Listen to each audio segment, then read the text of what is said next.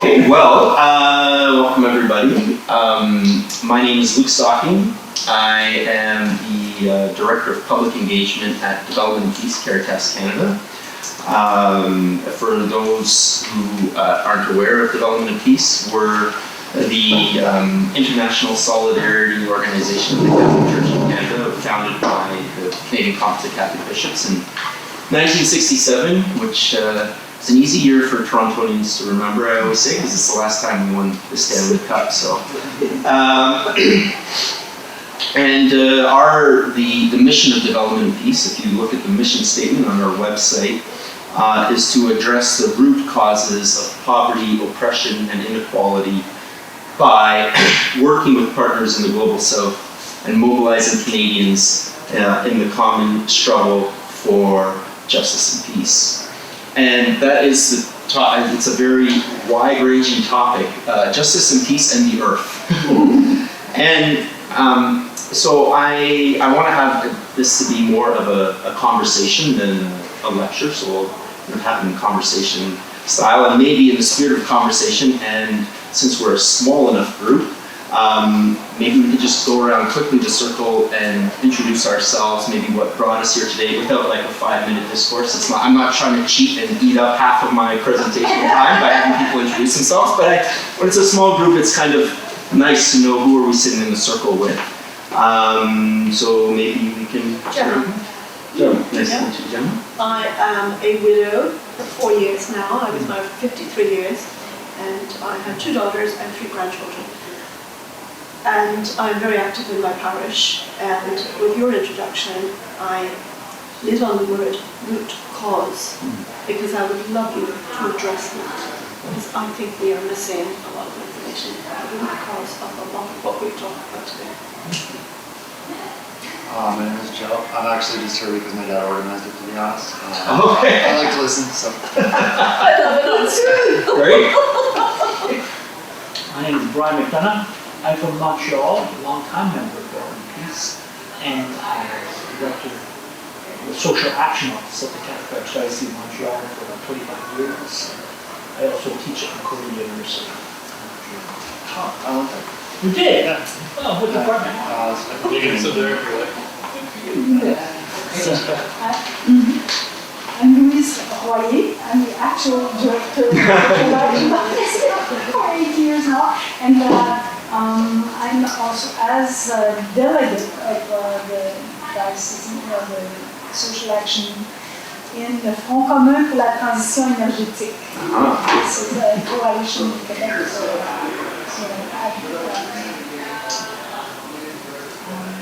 addressing the climate change issues. Yeah. My name is Mark Kupelis. I'm a management consultant and banker here in town.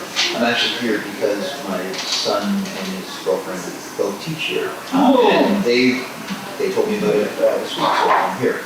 I am active in my parish, and among the things I find, I love being active within the parish, but I always ask myself if I'm going and encountering people where they are as much as I should be, rather than just being on anything acceptance. I'm Barbara Galbraith. I'm a member of St. Patrick's Parish. I'm on the Pastoral Council and a long-time paying member of Development and Peace.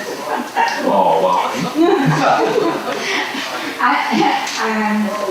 We have had some connections as a parish with Development and Peace in the past.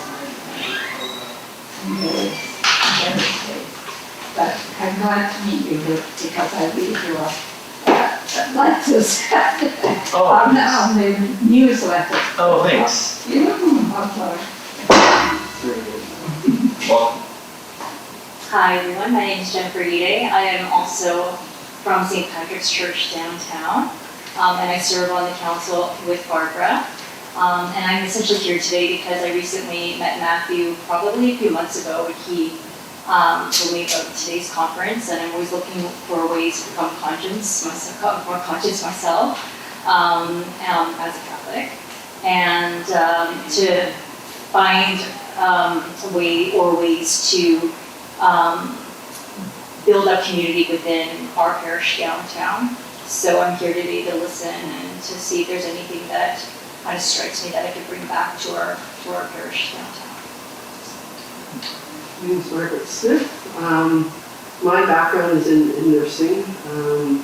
As a palliative care nurse, and recently the last 2 years as a parish nurse, and I've been working down in the Parkdale area, working with a lot of individuals who might not have been, or aren't homeless now, but had been at one point in time, have a lot of mental health problems.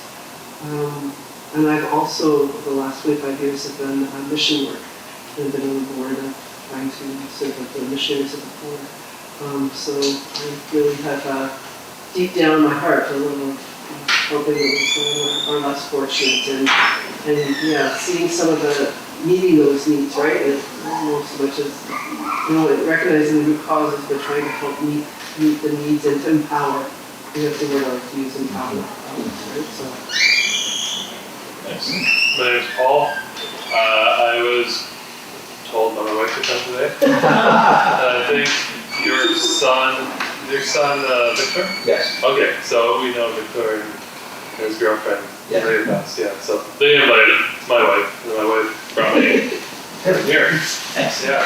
I do, for the summer, I'm doing pro-life work full time. So. Okay, join the circle. We're a small enough group, we're just briefly introducing ourselves, but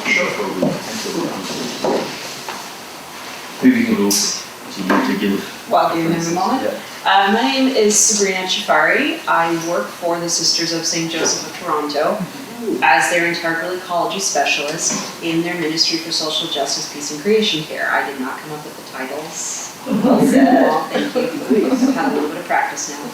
I've been involved with Catholic Conscience off and on for the last 5 or 6 years. Helped them with different webinars and things. What was the other question? Just general introduction? Well, just Born and raised in Toronto. Went to a Salesian school. There you go. My name too? Sure. Alcy, We can see Alcy, friends. I'm a philosophy professor at colleges in Toronto. What else? I am aware of this church, the Latin American church, and the American church. That's kind of my background. I'm a new Canadian, and I'm very interested in the social work of the church. Welcome to Canada. 25 years ago. But to Quebec, that's different. Well, thank you, everybody. Actually, this kind of way of introducing ourselves speaks to a little bit of, because I want to talk today a bit about ecology as well too, and its place within Catholic social teaching. And so maybe I'll just throw out, when I say the word ecology, what are words that come to mind immediately when you think churches teaching on ecology? What are some words that come to mind? Oh, Francis. Oh, Francis. St. Francis of Okay, Assisi. St. Francis of Assisi. Okay.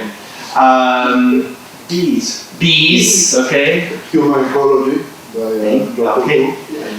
Thank you for saying, yeah. So, because often when you use the word ecology, because of the kind of the use of the word in the field of science, we think automatically of environment. Yeah. But in science, ecology is the study of relationships within an environment. So ecology is really about relationships and how those relationships work together in a particular environment.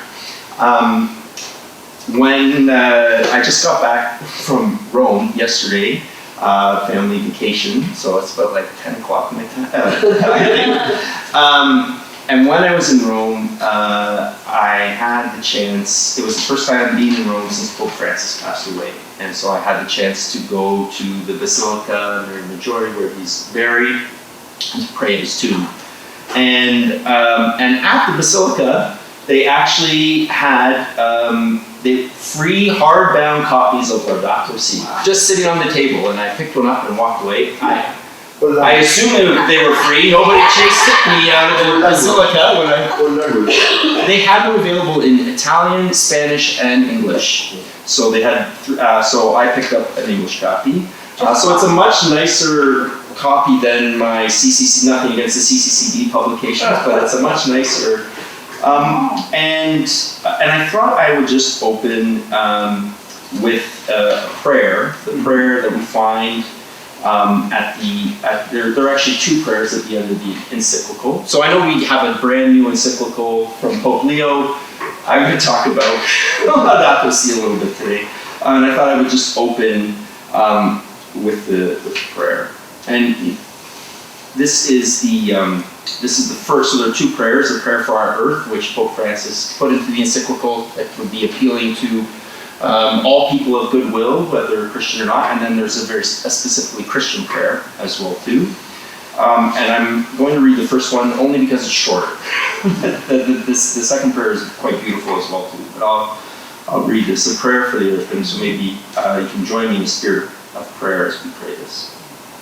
All-powerful God, you are present in the whole universe and in the smallest of your creatures.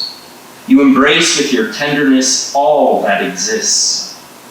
Pour out upon us the power of your love, that we may protect life and beauty. Fill us with peace, that we may live as brothers and sisters, harming no one. O God of the poor, help us to rescue the abandoned and forgotten of this earth, so precious in your eyes. Bring healing to our lives, that we may protect the world and not prey on it. That we may sow beauty and not pollution and destruction. Touch the hearts of those who look only for gain at the expense of the poor and the earth. Teach us to discover the worth of each thing, to be filled with awe and contemplation, to recognize that we are profoundly united with every creature as we journey towards your infinite light. We thank you for being with us each day. Encourage us, we pray, in our struggle for justice, love, and peace. Welcome, please grab a chair and join the circle. If you're standing. So I've just for those just arriving, I've just shared the prayer that's found at the end of Pope Francis' encyclical Laudato Si, and you know we've heard reference today to the compendium of the social doctrine of the Church. Does anybody know, in passing, what year the compendium of the social doctrine of the Church was published? Brian cut course on for us the development piece. Yeah, so it was. So the actual specific year isn't important. What is important is that the compendium does not include the teachings of Pope Benedict and Pope Francis and now Pope Leo. So, you know, I'm on a mission to get an update to the compendium. Let's get Laudato Si, the teaching, Caritas and Veritate, let's get it into the compendium. But if you look at the compendium of the social doctrine of the Church, one of the areas where it's arguably the most silent is this question of the earth but rather than, and I think if we look at the teaching of Pope Francis in Laudato Si, the temptation might be, okay, how do we add teachings about the earth as a separate category? But the teaching, we go back to this idea that ecology is about relationships. Instead of introducing a separate category, and what do we teach about the earth, it's bringing our relationship to the planet into the ecology, the total ecology of relationships that Pope Francis is talking about. So in other words, I always say Laudato Si is about our relationship to all of creation, to reality, and to God Himself. So the three fundamental relationships that make up our connection to reality: our relationship to God, our relationship to each other, and our relationship to the natural world, to the earth. And you know, Laudato Si is the title. What does anyone know the title? It's significant. The title to me, right? So what is the title besides Laudato Si on on care for Common home. our common home. I mean, and this, to me, I think is significant, right? It's not on care for our common earth. It's a care for our common home. So, throwing it out as a question, what differentiates, what makes a home, or why would that be significant? Why would I think that that's significant that he would name it on care for our common home and not on care for our common earth, or for the earth? Sydney. My brain immediately went to the part in the gospel where Jesus says, like, who is your neighbor? So, like, part of the idea of our common home is that, like, everything in the created world would be, like, have a relationship to it. It's more than just a noun. So obviously, like, the part that we inhabit it, but that inhabiting brings a relational component to it. Exactly, yeah. A home is relationship, right? A home is a place where relationships exist. We have a relationship to the there's the relationship that we have to the physical structure of our home, and the relationships that exist between people within that home as well too. So I think it's quite significant that Pope Francis talks about this idea of home as opposed to just simply the earth. And so that's kind of a key thing that, even though the talk title says justice, peace, and the earth, I want to really stress that it's really the interconnection of all those three things, and to highlight this word, ecology.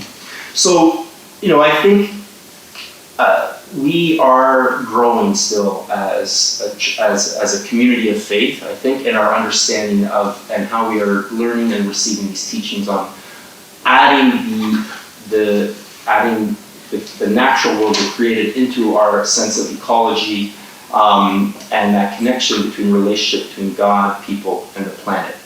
And so there's a lot in Laudato Si that talks about the planet, but it's all, as we talk about these things connected to creation, it's important to root it in the notion of relationships between people. Just one neat thing to this effect, also a little anecdote.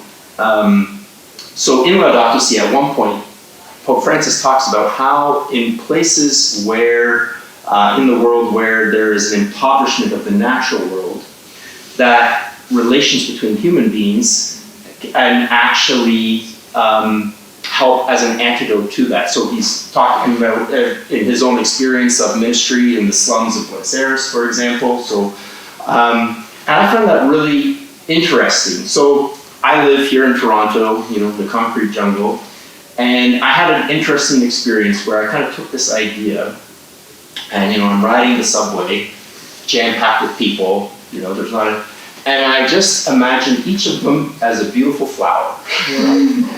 And it can actually, it's a really, when you start to think and look at it, is we separate ourselves as human beings, right? We separate ourselves from and for good reason, there's a lot that differentiates me from a flower.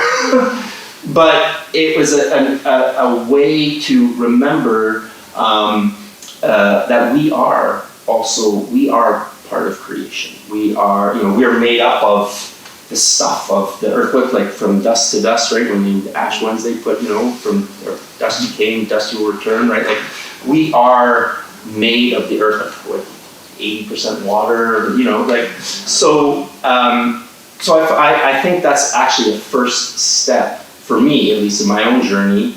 That's been a first step in being able to appreciate the interconnection by appreciating our connection to the natural world. And in doing that, once we do that, then we can recognize the importance of caring for that creation as well too, our dependence on it, because the more we separate ourselves from creation, the easier it becomes to have a relationship of dominance. And it's the same thing, it's not just with the earth, it's the same thing with God or with people, right? If I separate myself from you, it becomes easier for me to dominate you, to exploit you, right? And it's the same thing for the natural world. It's, if I separate myself from it, it's easier for me to exploit it. So, and that's really a key message, I think, from Laudato Si as well too, right? Everything is interconnected. And there are some,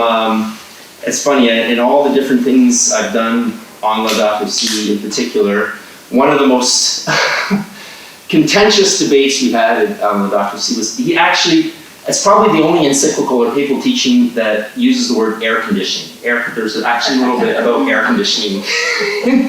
And we were doing this, we used to do this retreat at the Development Peace called the Food Family Faith Weekend. And so we actually we had a little group debate about the use of air conditioning and is it a good thing, is it a bad thing, who controls it? Man, it got very, very contentious, yeah. Was it that day? It was quite hot. Temperature. Yeah. So I want to also kind of open it up again with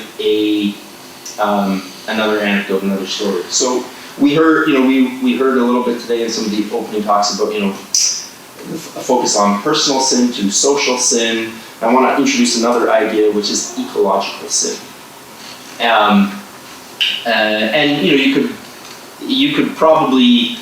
You probably don't need to add the word ecological to sin, because in essence, sin is about a breaking of relationship, right? So it's a breaking of ecology, so you could just say sin. But to kind of expand our idea of this, so I would, I have 2 kids, and in reflecting on the crisis of climate change in the world, and their own anxiety about that, and how we naturally, as a family, trying to live our lives as a family in a way that addresses that anxiety and responsive to use the word empowerment, or use the word empowerment, right? So that is in a way that is empowering. And it was really interesting. At one point, my son said, and I never thought of this, he said, nobody I know ever confesses ecological sins. And I thought, yeah, I've never been in confession and been like, forgive me, Father, for I have sinned. I jacked the air conditioning way up when I shouldn't have, right? But we laugh because it's such a foreign idea. We are not trained at all to think about that dimension of broken relationship and sin. The broken relationship with God, the broken relationship with our neighbors, the broken relationship with the earth. This is the new element into the ecology, I think, that Pope Francis especially, and you only have to read the beginning of Laudato Si to see it's not like Pope Francis is the first person to ever talk about this, right? It goes back much further. So, I don't expect anybody to confess that they have never confessed, but I'm curious to hear there was a laugh, but your thoughts about that or your reaction. Young people think of ecological sin. At least in my experience of students teaching environmental ethics, yes, they do. Mm-hmm. Starting to hear people confess that. You're starting to I'm Father John. I'm hearing more often. Really? Father sinned, I wasted. Mm-hmm. Sometimes it's treated like scrupulosity, from my experience, but yeah. Because and maybe because it's just the changing, but it's well, I was indulgent and I, didn't bother to bring my reusable cup, and so I got to take it. water bottles. Yeah, and it's pretty water bottles. There'll be a reminder of that sometimes we receive with a sense of it's a bit scrupulous, It's okay, we're allowed to meet our needs. What is major, I see it more as a teacher than a priest, is eco-anxiety. Mm-hmm. That's pretty widespread. Mm-hmm. Yeah, I have a very clear memory of my son at the age of 8 or 9 saying, Dad, when is all this bad stuff with climate change going to start happening to us? And the sad thing was what I had to answer him, which was, he didn't say when it's going to start happening to us. He said, when is it going to start happening? And I said, it already is happening. And what made me sad was the way in which the way I reassured him was, you don't have to worry, nothing is going to happen to you right now. In fact, I'm trying to speaking to him. And, the addition to that is because you live in a part of the world where you are least likely to suffer from the effects. And that's another, I think, a fundamental teaching that is emerging in the church and through Pope Francis, is that, those who are the least responsible for the ecological crisis are the first to suffer from it. And in our work at Development and Peace, we see that. We see that in the suffering from extreme weather events, especially from the suffering from extreme weather events that happens, typhoons, drought, and in our Caritas Confederation. So Development and Peace Caritas Canada, we're part of the Caritas Internationalis Confederation. Most Catholics, I think because of maybe the branding thing in Canada, it's interesting. Most Catholics don't know what is Caritas. You say, what's the Red Cross? They know the Red Cross. And then you tell them Caritas is the second largest humanitarian aid network in the world after the Red Cross. And they have no idea about it here. But one of the reasons actually we introduced the Caritas Canada into our branding was precisely because increasingly people who come to Canada, and our church is increasingly made up, it is increasingly an immigrant church. You say we're Caritas Canada. Oh, Caritas, I know Caritas. So within this confederation that touches or is present in over 162 countries and territories throughout the world, which part of the confederation would you guess is the most vocal about embracing and promoting the church's ecological teaching, particularly as it relates to the impacts of climate change? Would you guess? Global South. Global South, generally, absolutely, and then even more specifically, Oceania. Oh yeah. The Oceania, the country, the Oceania members of Caritas are extremely vocal and present and constantly bringing forward to the Confederation the importance of us addressing and you use the word the root issues, what the root causes. And I mean, I think this is just me speaking, but I think the root causes are fundamentally spiritual and theological, and the root causes are rooted in original sin. Like it's that deep, it's that fundamental, and historical processes have, I think, unleashed the way that the impact of that original sin, that spiritual crisis, the impacts are now becoming, exponential. And I think this is again personally going back to that idea that from Laudato Si that you can't have a healthy relationship to God if your relationship with people is broken and your relationship with the planet is broken. You can't have a relationship with a healthy relationship with people if you're all the way through. I think secular society is ready to accept all of those things, except when you say you can't have a relationship with people that is healthy and a relationship with the planet that is healthy if you don't have a relationship with God that is healthy. And whatever you conceive God to be, you could broaden it to it doesn't have. But I think that is, and I think furthermore that we are now in such an ecological mess that there is, as people say, well, how can often we get at Development Peace, how do you stay hopeful in the work for healing our planet and healing the. And I say, ultimately, we do what we can, and the rest is up to God. There is a sense that we have, I think, reached a point where the grace of God will have to be present, involved, if we are to get out of the mess I think that we're in. Yeah. Louise? But there are things that we can do. Exactly. So Yeah. But just. That's right. So because when you say when I say that, it is an invitation to action. It's like hope, right? So we're in the middle. We're coming to the end of a 5-year theme: create hope, and that word gets used. I don't know if I'm just particularly tuned into it because it's our 5-year theme, but it feels like the need for hope in the world. People want hope. They're looking for hope, and we always talk about hope because the word create is very important. And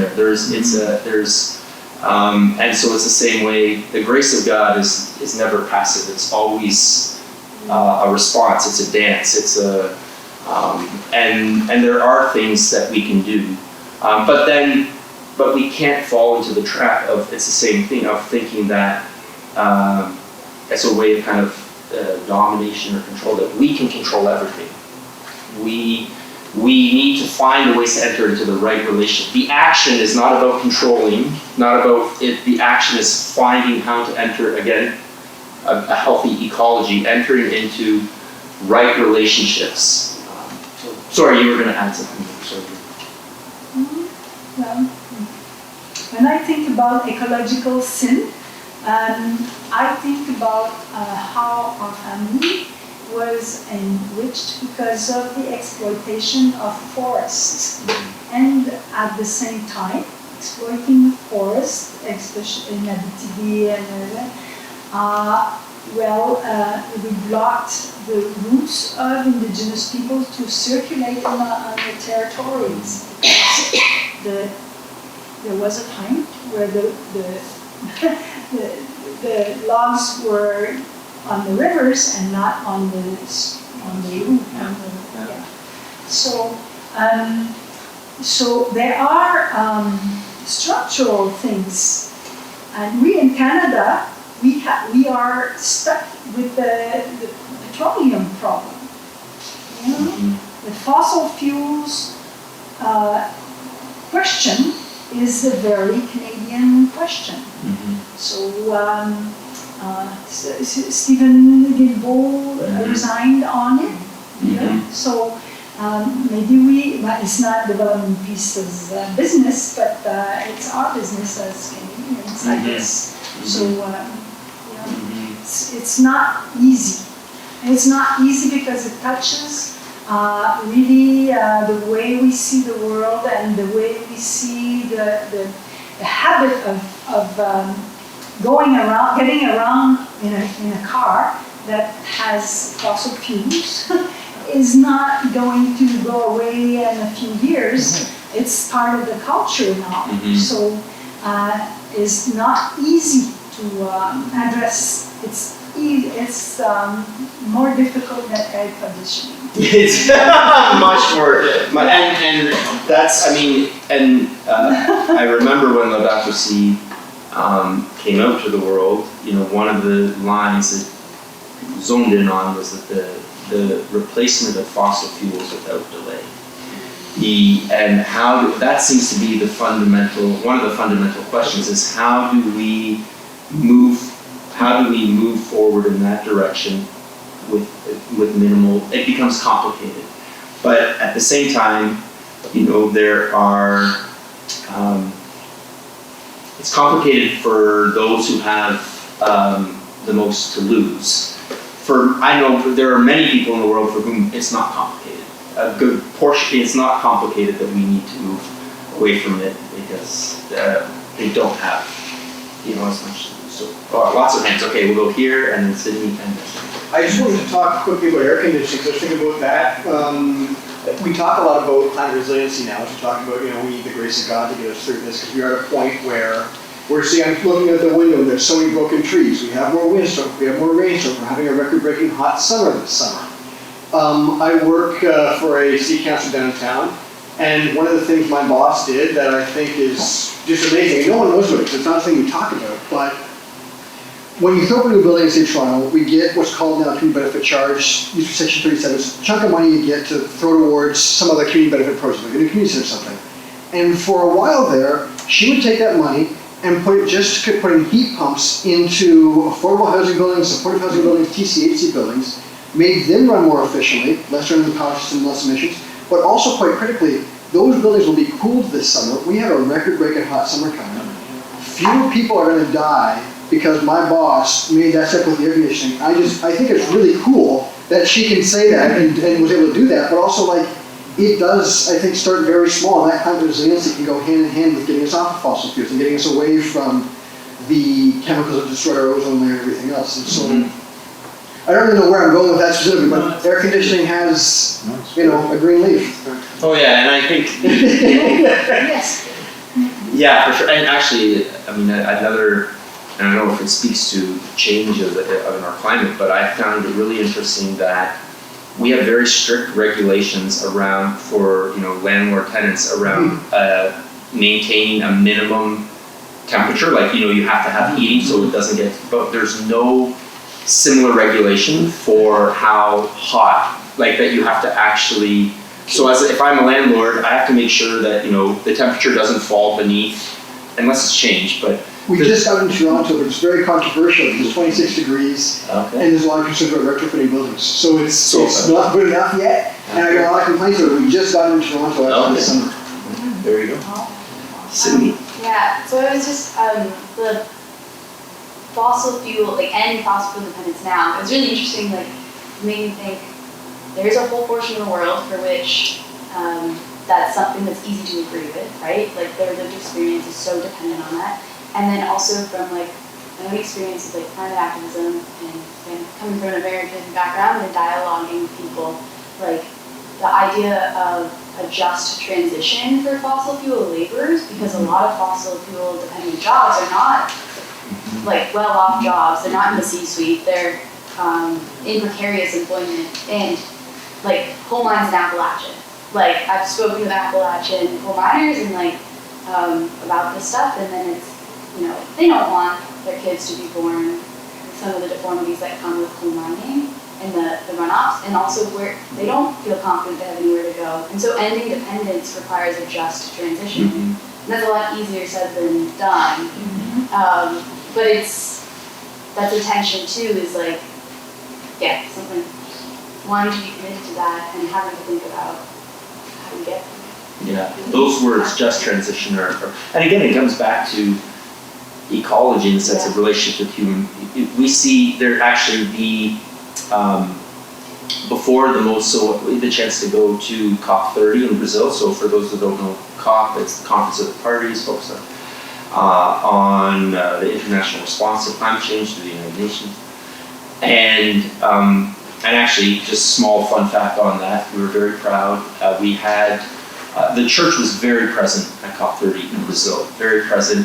Mostly the Church of the Global South, so bishops of Latin America, Africa, but we had two bishops from Canada with us, who were members of our board, and originally they were going to come with us just as development peace, but the Canadian Conference of Catholic Bishops contacted us and said, we want these two bishops to go representing the bishops of Canada. So the church in Canada was officially present at the COP30 conference in Bringforth. So that was and it was a little side pride though.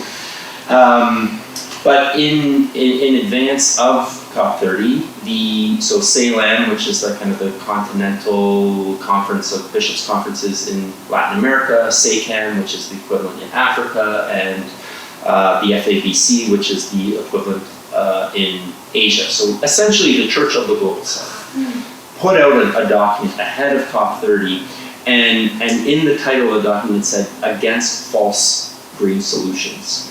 So this is also, again, about, if you divorce the notion of caring for the earth from the notion of caring for people, and then you end up with these kinds of false solutions. So it just complicates things even more, certainly, but it's if we're true to what we mean by integral ecology, that's really important. So I think Jim was going to speak, and then Sabrina, and then Mark's going to stand up, and then, okay. I wanted to comment on investments.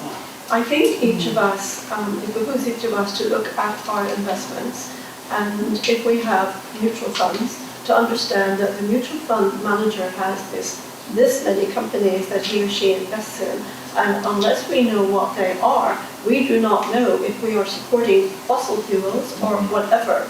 So I think it's really important that we sit down and take the time to find out what's ethical and what's not, what's against that LDC or what is supporting it. Yeah, we actually at Development Peace once, we wanted to do a whole campaign on investments, and we got massive pushback. Really? Oh, massive pushback.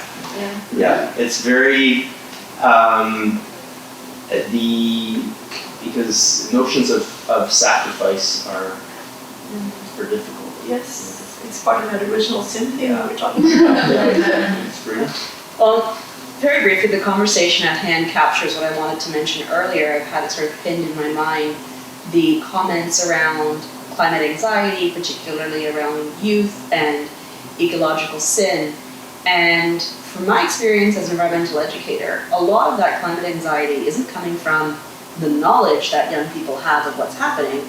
It's coming from the evidence of lack of anything being done, right? Of adults constantly telling young people, you will be different, you are going to save us. That is not a fair weight to put on the shoulders of young people. The other piece to that around ecological sin is that however one understands these concepts, it's not about just the consumer correction. That's right. It's not just about how are we using things, it's also about that relationship piece, right? And so that's another contributing factor to young people that have climate anxiety is highest among kids that don't understand what ecology and what the natural world around them is. The anxiety that a kid that grows up in a rural area has around seeing their landscape change around them due to drought or storms or whatever is different than the kid in the city who has no concept whatsoever of why it's so much hotter. And I think, and I hope that people put the point together of why the Oceania communities are more vocal. It's because they're literally drowning. Those water levels are going up at a rapid pace, and there are countries scheduled to be completely submerged underwater within 30 years. And I would highlight to folks, completely submerged underwater doesn't mean a giant tsunami coming and burying them. It just means a few inches. Right? How much water does it take to flood your home? So I just wanted to sort of capture that piece of the conversation that you're having around how to change systems is much more impactful than our reusable straws and bags, and like all of those consumer things do have an impact. But the environmental movement has been, I would say, compromised by this idea that it only happens at the individual level. No, it doesn't. It's individuals as well as these larger systems that are in place. And that tension that exists between the individual and the systems,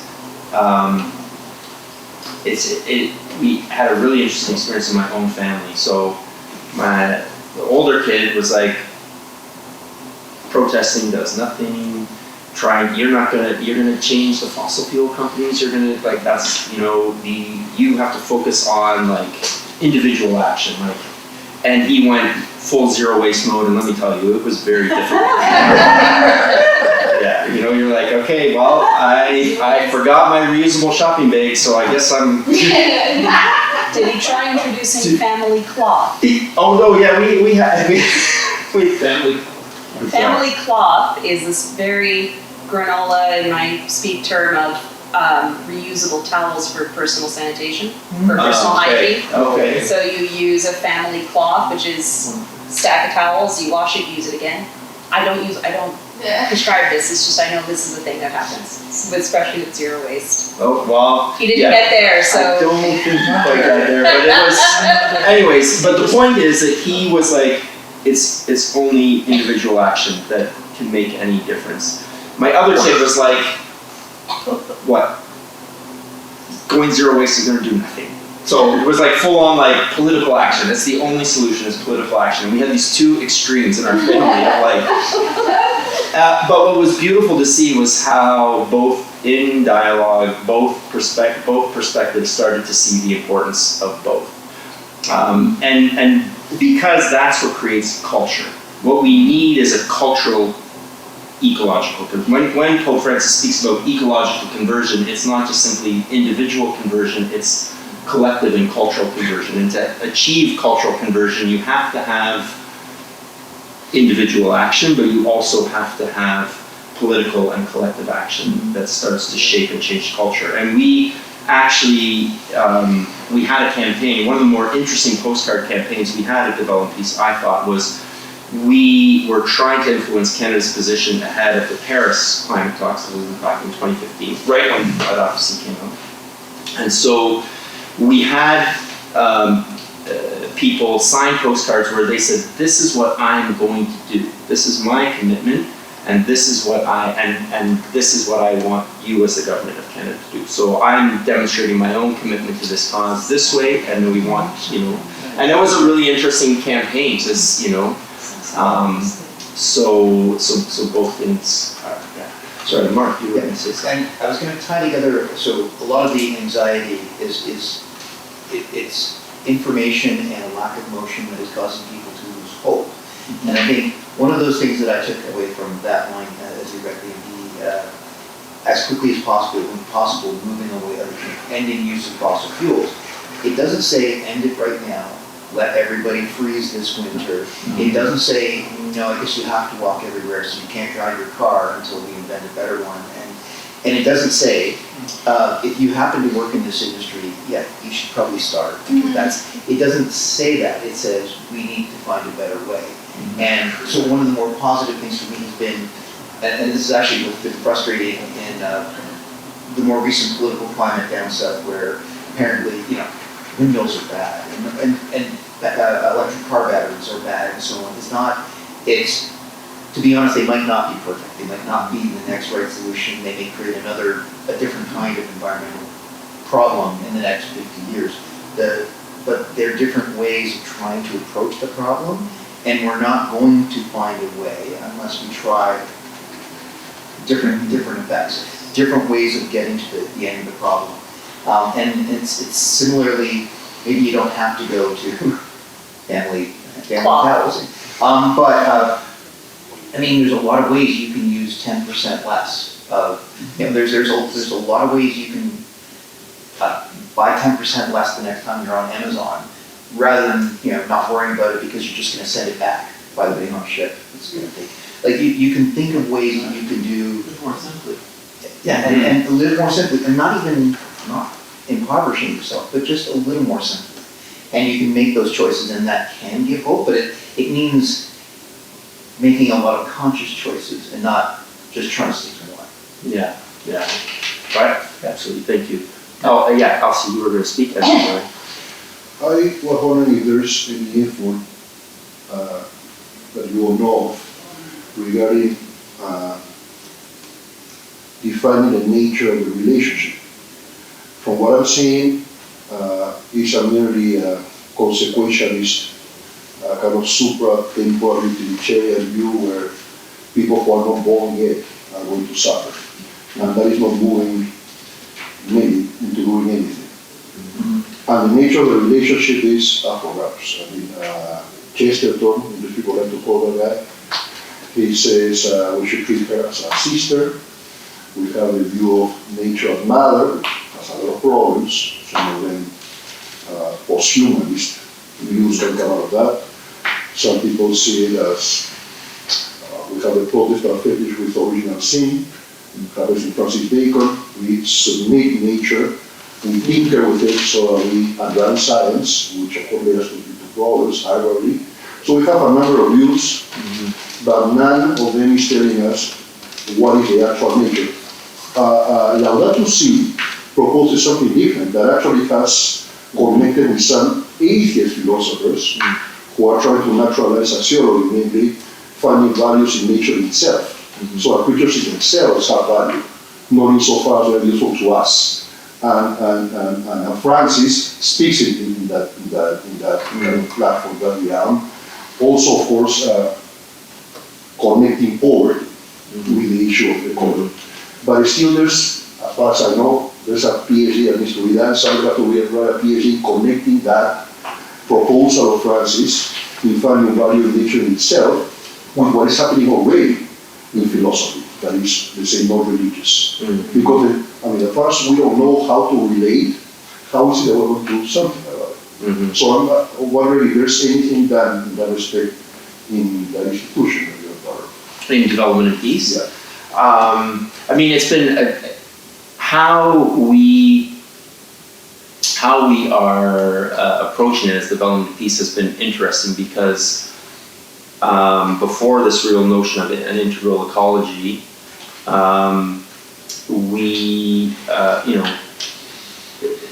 we always thought just in terms of people only.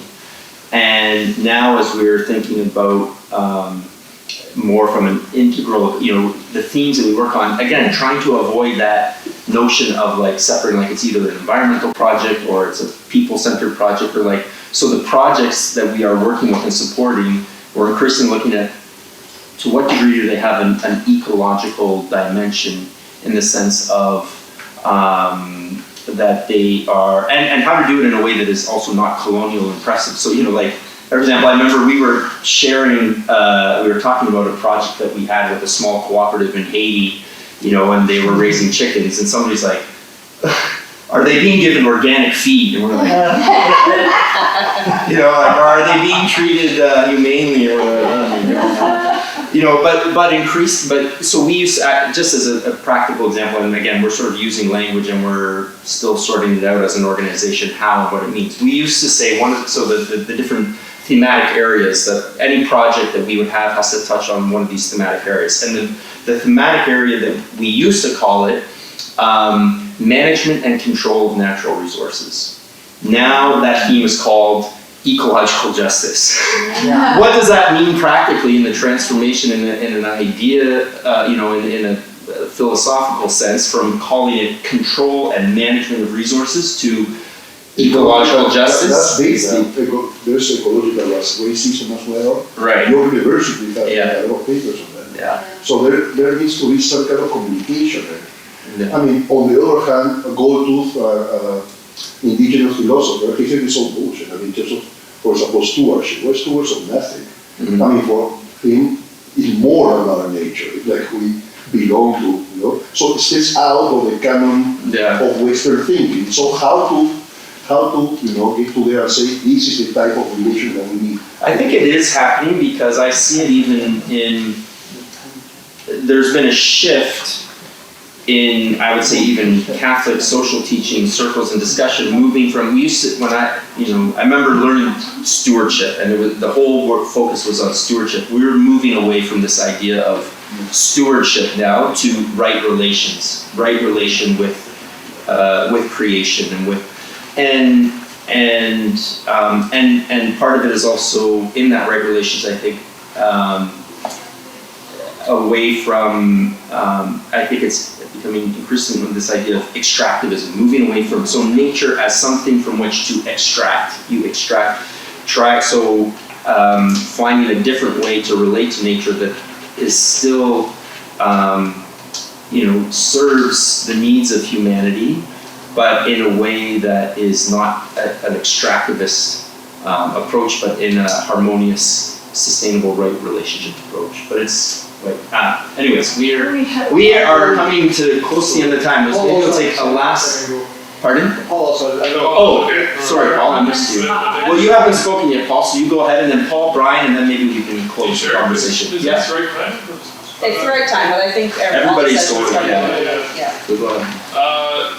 Well, thanks for saying all that. I definitely wasn't expecting this conversation with the title. That's fine with me.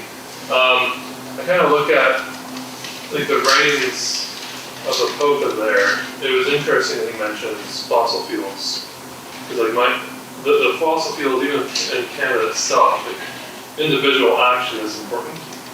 But even if we all reduce our use of anything to zero, our home, nothing will change for our home itself. And looking at the big producers of emissions, China, India, could we be trying to help those countries more with our fossil fuels to prevent coal and and wood burning energy. If I were to look at the end goal of like reducing fossil fuels in all of the earth, our home, I would start with the biggest players and try to help them get to the standard, and then we work on ourselves as well. Yeah, or both at the same time. Exactly. Well, that's the key, is both at the same time. So, when we say our common home, it's exactly it. It's a home. Borders, cultures, nations aside, it's our common home, right? So all solutions have to have some, what's the word that gets used in the climate movement? Common but differentiated commitments or something like that, right? So there is a need to, you can't ever just take it as like, okay, well, we're only just gonna think about what we do here in Canada, only here. We have to always be thinking collectively, but we have to do it in a way that is honest, that is not like, okay, so I don't have to give anything up. I don't have to do, there is no way out without, and this is something I'm just kind of reflecting on more, especially, it's at the essence, sacrifice is at the essence of Christianity, really, right? And there is no way out without sacrifice in some way, and so as long as we're attentive to that, and we don't because I see it used as an excuse. Well, we don't have to do anything because it's their problem. And it's not. So it's an in between. It's not. It's taking, still having responsibility, but also working as a pioneer family. I'm scared of reducing fossil fuels in Canada, and fossil fuels can help the world become greener in general. If we're cutting fossil fuels, I know the Pope didn't say that specifically to stop fossil fuels, and he didn't mention, I haven't read it honestly, but fossil fuels are good compared to coal and burning for... Coal is a fossil fuel. Yeah. Coal is part of a fossil fuel. Okay, yeah, sorry, we could keep going on. They're staring here. Brian had one more word, and then I'd like to close with prayer, if it's okay. We can keep the conversation going in the hallways, maybe. The last thing, I think chapter 6, Pope Francis offers many different paths, a variety. But one of the things I'm struck by is that he calls upon people to engage in a kind of a prophetic exercise that involves sacrifice. And I find that really interesting. But there's room for many different approaches.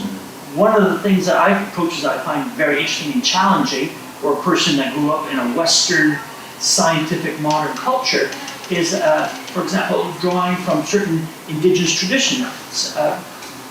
Pachamama,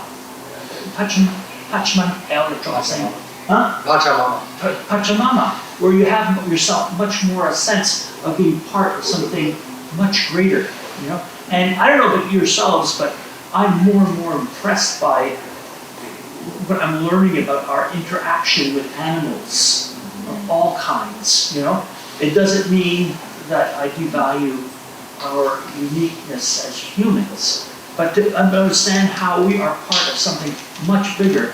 And indeed, Pope Francis's meditation in the introduction shows within the Christian tradition how we are part of something much bigger. And indeed, we are not the end-all, the final phase of evolution.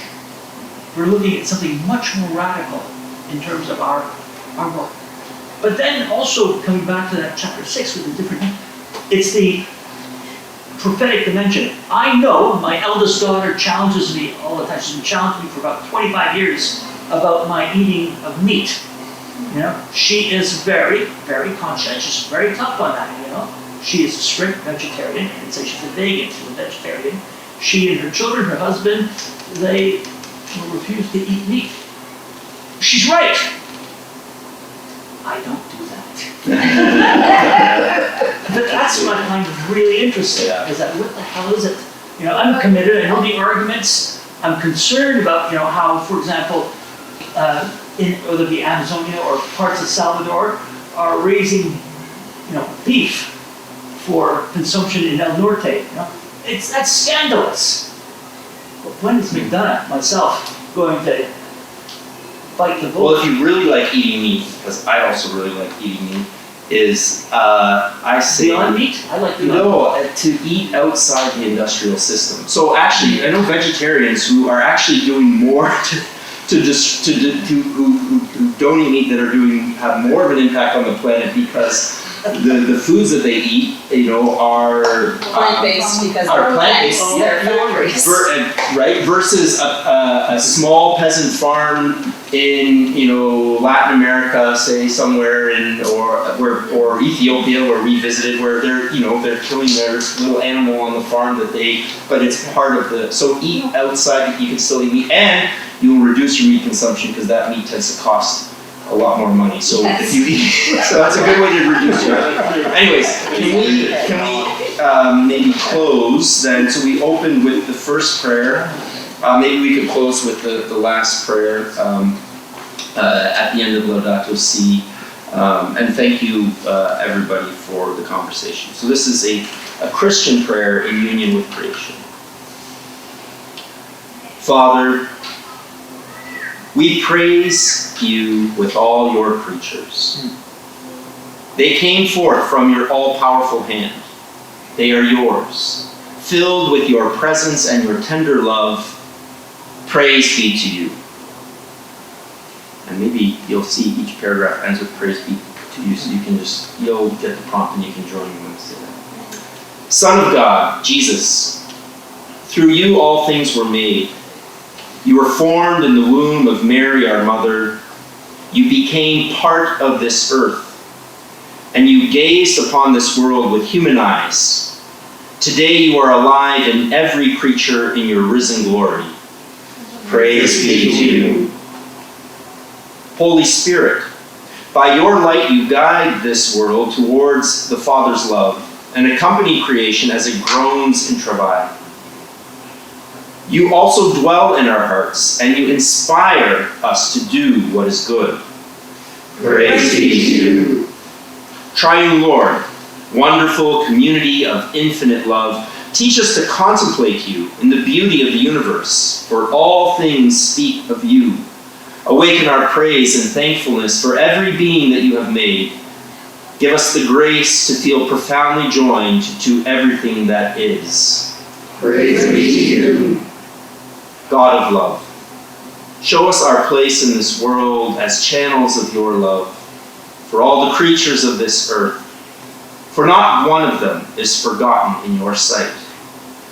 Enlighten those who possess power and money, that they may avoid the sin of indifference, that they may love the common good, advance the weak, and care for this world in which we live. The poor and the earth are crying out. O Lord, seize us with your power and light. Help us to protect all life, to prepare for a better future, for the coming of your kingdom of justice, peace, love, and beauty. Praise be to you. Amen. Thank you, everybody.